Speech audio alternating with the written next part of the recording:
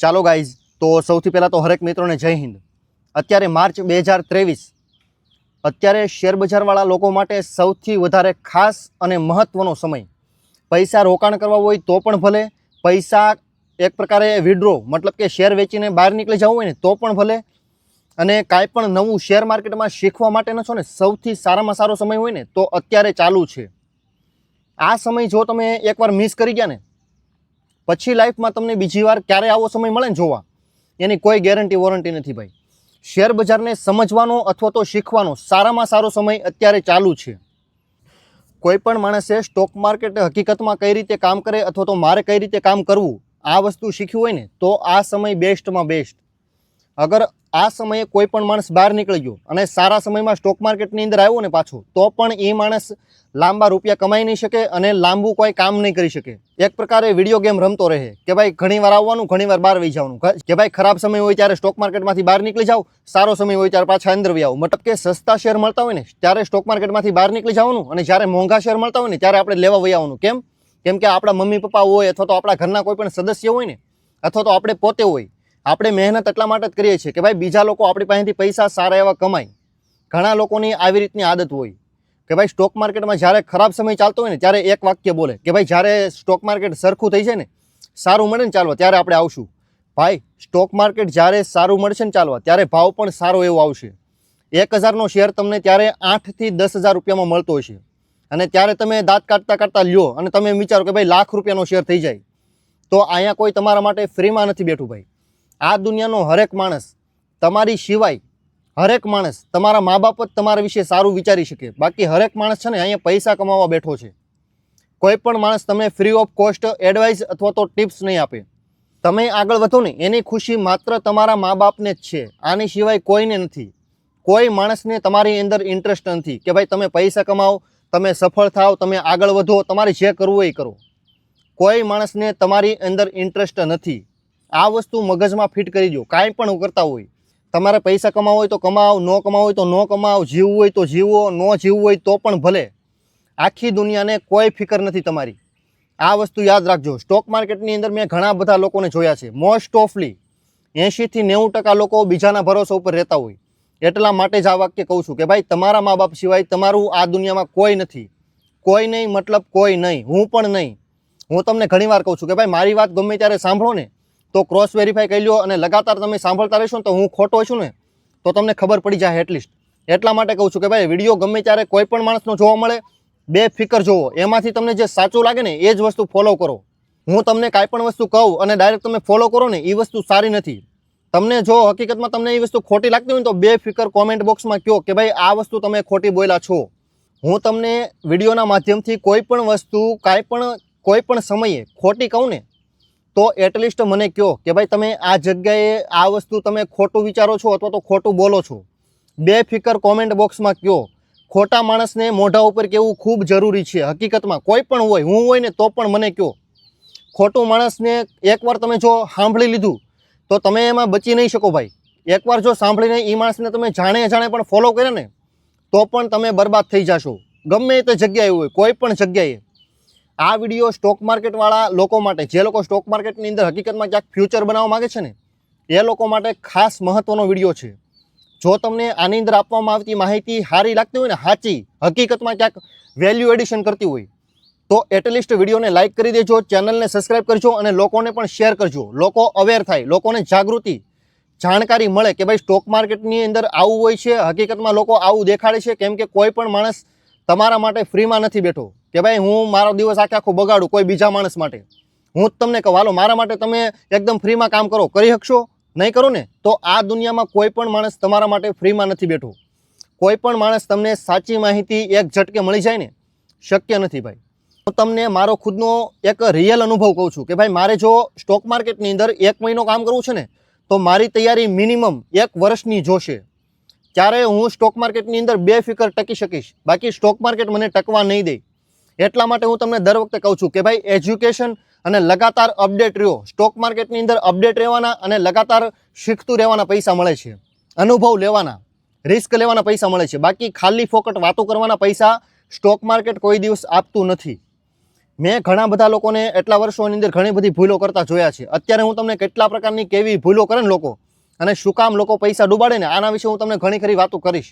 Direct indirect તમે સમજવાની કોશિશ કરજો. જેટલું મને સમજાણું છે ને આના વિશે હું તમને એક પ્રકારે ટૂંકમાં પોઈન્ટ કહીશ કે ભાઈ લોકો આ જગ્યાએ ભૂલ કરે અને આવી ભૂલો શક્ય હોય ને ત્યાં સુધી ઓછી કરો. ઓકે, તો પહેલી ભૂલ એ છે કે ભાઈ લોકો ગમે ત્યારે સ્ટોક માર્કેટની ગમે એની સામે વાતો કરવાનું ચાલુ કરી દે. એ લોકો એકવાર પણ વિચારતા નથી કે ભાઈ સામેવાળો માણસ કઈ ક્વોલિટીનો છે. સ્ટોક માર્કેટની અંદર હોય ને તો હંમેશા શેર બજારનું ગમે એને પૂછા રાખે કે ભાઈ કાલે શું થાય, આજે શું થાય, ભૂતકાળમાં શું થયું હતું, કાલે કેટલા રૂપિયાનો શેર થાય. તો આ વસ્તુ બિલકુલ ખરાબ છે. ગમે એ માણસને ગમે ત્યારે પૂછવાનું બંધ કરી દો.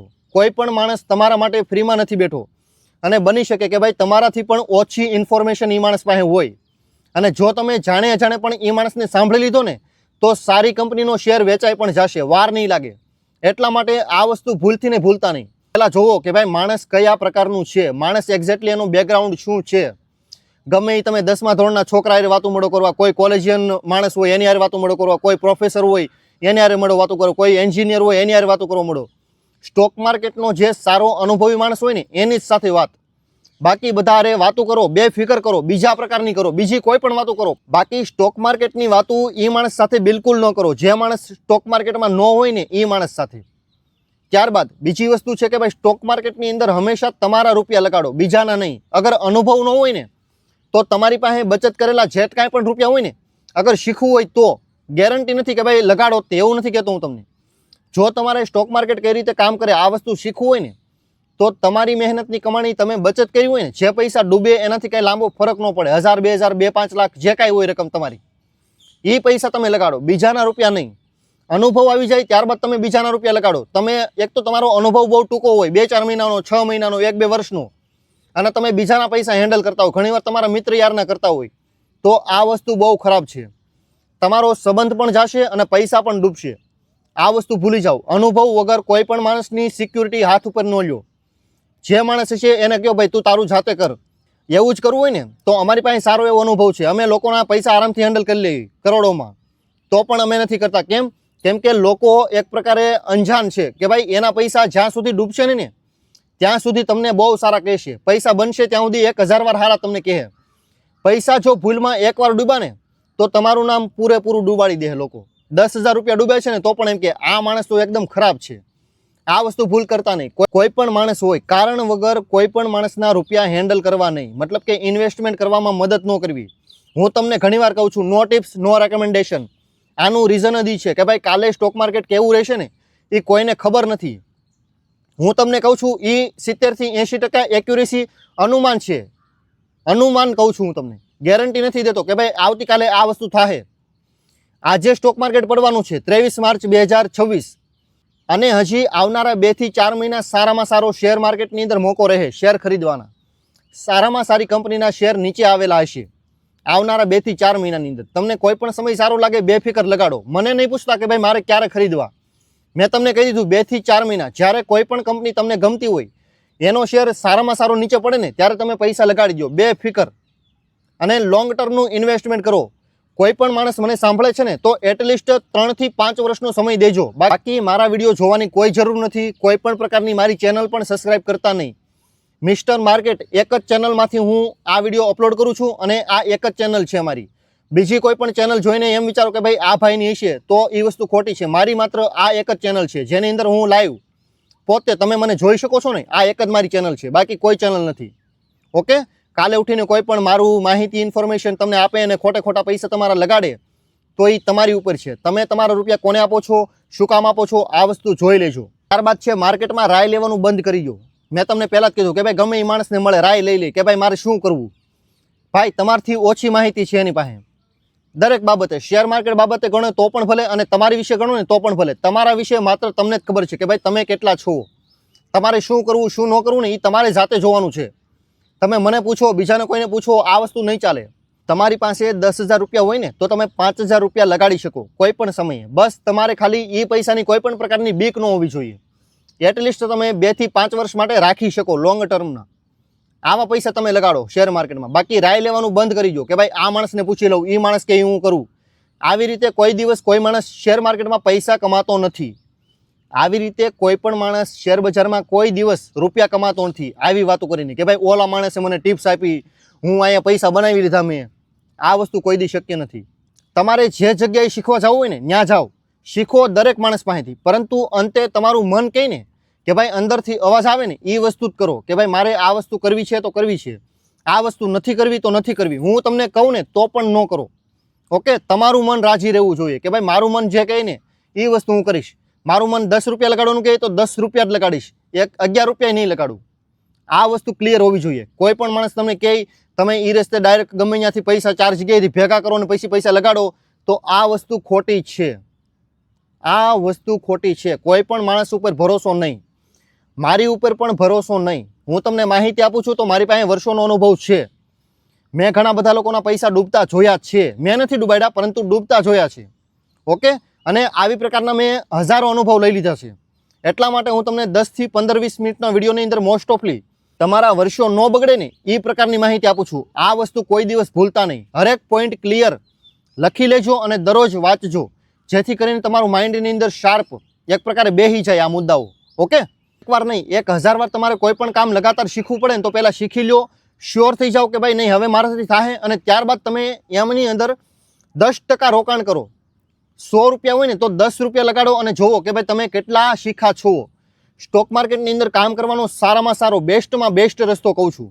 અગર તમને 1 લાખ રૂપિયાનું મન નાખવાનું થાય છે ને કોઈ પણ જગ્યાએ, કોઈ પણ કંપનીનો શેર હોય, 1 લાખ રૂપિયા રોકવાનું મન થાય છે ને ત્યાં તમે માત્ર 10,000 થી 5,000 રૂપિયા રોકો અને જુઓ કે ભાઈ તમે જે વસ્તુ ધારો છો એ પ્રકારનું કાંઈ થાય છે કે નહીં.